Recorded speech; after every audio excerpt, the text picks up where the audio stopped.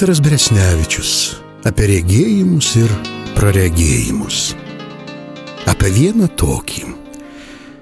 Kažkas vaikšto po namus, toks liesas, gestikuliuoja, čiaudėja, rėkauja, galiausiai pradingsta.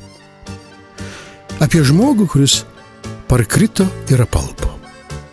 Vienas žmogus netyčia parkrito ir apalpo, o apalpęs pastebėjo, kad jo kojos yra nepaprasto ilgumo. Vienas siekė Paryžių, o antroji šlavė padangės. Deja, vos tik tai pastebėjęs, jis taip pat pradingo su visam. Apie žmogų ir ropę. Kitas toks žmogus išėjo į lauką ropių rauti.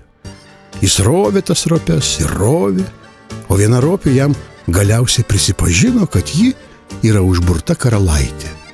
Tas žmogus taip susijaudino, kad net pradėjo verkti iš laimės.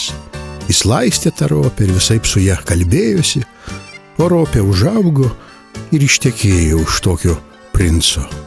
O tą žmogų pakvietė į vestuves pabrolių.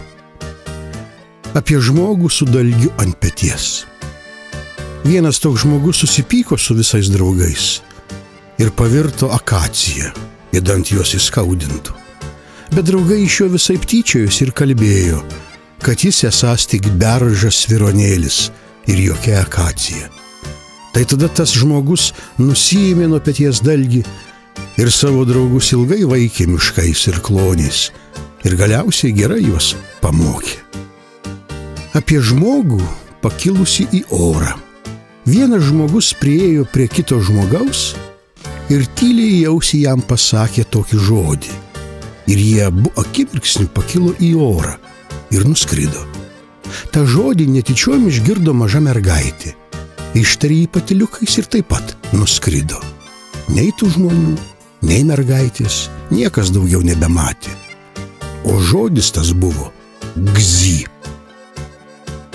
Apie žmogų pagavusi šį bei tą. Kitas toks žmogus sugavo žvėrį, katiną ir paukštį. Tačiau tuoj pat visi trys pabėgo, nes tas žmogus dviem rankom negalėjo jų visų nulaikyti. O tada tas žmogus viskuo nusivylė ir dėl kompanijos taip pat pabėgo. Tačiau pikti to žmogaus draugai jį sugavo ir kaip bėglį pasodino į belangę. Apie du įsimylėjėlius. Vienas žmogus pabučiavo savo mylimąją ir geriau įsižiūrėjęs pamatė, kokia ji graži. Tada jis pabučiavo ją dar sykį. Ir mylimoji įsižiūrėjusi praregėjo, kad tas žmogus labai gražus ir pabučiavo jį net 2 kartus iš eilės. O tas žmogus suprato, kad dabar savo mylimąją turi pabučiuoti 4 kartus, ne mažiau. O jo mylimoji jam atsakė 5 bučiniais.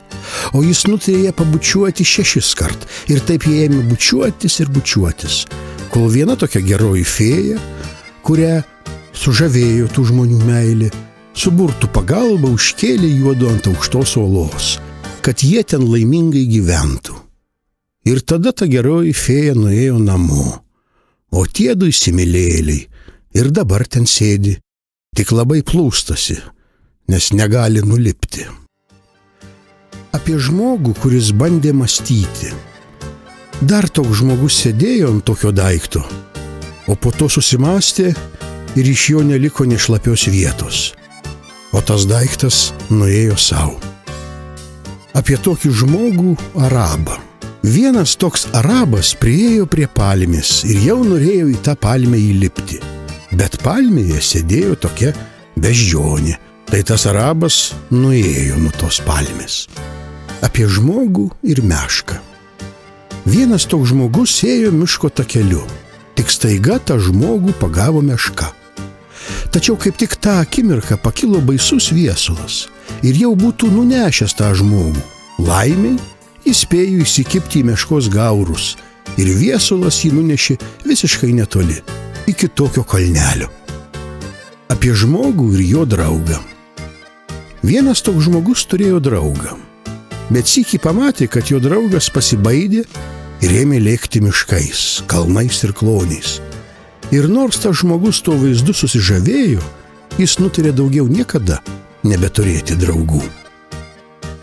Apie žmogų ir pempę. Kitas toks žmogus ėjo miško takeliu ir pamatė pempę. Tačiau ta pempė taip tą žmogų sugraudino, kad tas žmogus tesugebėjo pasakyti: ak tu pempė, pempė. Ir tą pačią akimirką prasmego skradžiai žemę. Apie dar vieną žmogų ir pempę. Dar vienas žmogus taip pat ėjo miško takeliu, kol pamatė pempę. Ta žmogus taip pat susigraudino ir apsiverkęs te ištarė: ak tu pempė, pempė. O ta pempė ėmė ir prasmego skradžiai žemę. Apie trečią žmogų ir pempę. Pempės vaizdas sugraudino ir trečią žmogų. Tačiau tas žmogus iš graudulio tą pempę suvalgė ir tą pačią akimirką netikėtai pavirto oposumu. Jį pagavo medžiotojas ir parnešė žmonai lauktuvių. O ta žmona prasmego skradžiai žemę su visu oposumu. Apie žmogų, kuris purtė medį. Vienas žmogus pribėgo prie tokio medžio ir kad ims jį purtyti, kad ims.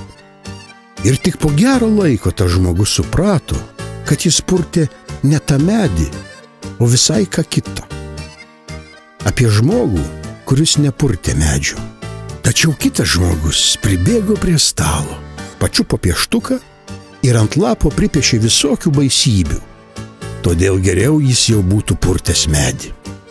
Apie žmogų, kuris buvo labai tyras. Vienas toks žmogus buvo toks tyras, kad per jį buvo galima kiaurai matyti, o jo tyrumas buvo toks, jog kiaurai persišviesdavo to žmogaus drabužiai, o jo pažįstami labai apgailestavo, kad tas žmogus nėra moteris. Apie žmogų, kuris nukentėjo per savo smalsumą. Vienas toks žmogus išgirdo labai įdomų garsą ir nuėjo pasižiūrėti, kas tą garsą skleidžia, o nuėjęs pamatė tą garsą skleidžiantį policininką. O tas policininkas tą žmogų labai aprėkė ir sudavė jam lazdelę. Šitaip tas žmogus nukentėjo per savo smalsumą.